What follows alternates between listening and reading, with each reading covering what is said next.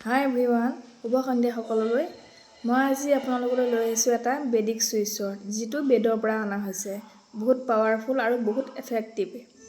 যদি আপোনাৰ জীৱনত ঘপককৈ বাধা আহি গৈছে, জীৱনটো ভালদৰে চলি আছে কিন্তু বাধা আহি গৈছে, আৰু ৰাতি যদি আপুনি বেয়া সপোন দেখি ভয় খায়, কামবোৰ চলিয়ে আছে গতানুগতিক ভালদৰে, ভাল ৰিজাল্ট পাইছে, কিন্তু কেতিয়াবা কামবোৰ আমাৰ পেণ্ডিং হৈ যায় আৰু সম্বন্ধবোৰত কেতিয়াবা কেনা লাগে, মানে সম্বন্ধবোৰ ভালেই চলি থাকে, সেই হাজবেণ্ড ৱাইফেই হওক বা ৰিলেশ্যনশ্বিপেই হওক বা ঘৰৰ ফেমিলিৰ মাজতেই হওক, সেই ৰিলেশ্যনশ্বিপবিলাক যদি বেয়া হ'বলৈ ধৰে আৰু আপোনাৰ যদি ভয় ভাৱ অনুভৱ হয়, মোৰ পিছফালে কোনোবা আছে নেকি, ৰাতি এনেকৈ ভয় লাগি থাকে ন কিছুমানৰ, তেনেকুৱা যদি আপোনাৰ হৈ আছে, তেতিয়াহ'লে আপুনি গণপতিজীৰ এটা বেদিক চুইচৰ আছে। সেই চুইচৰটো আপুনি প্ৰতিদিনে 108 বাৰকৈ তেওঁক স্তুতি কৰি কওক, আৰু দেখিব লাহে লাহে আপোনাৰ যিমানবোৰ কামৰ বাধা আছে, ব্লকেজ আছে, সেই সকলোবোৰ দূৰ হ'ব, ভয় ভাৱবোৰ দূৰ হ'ব।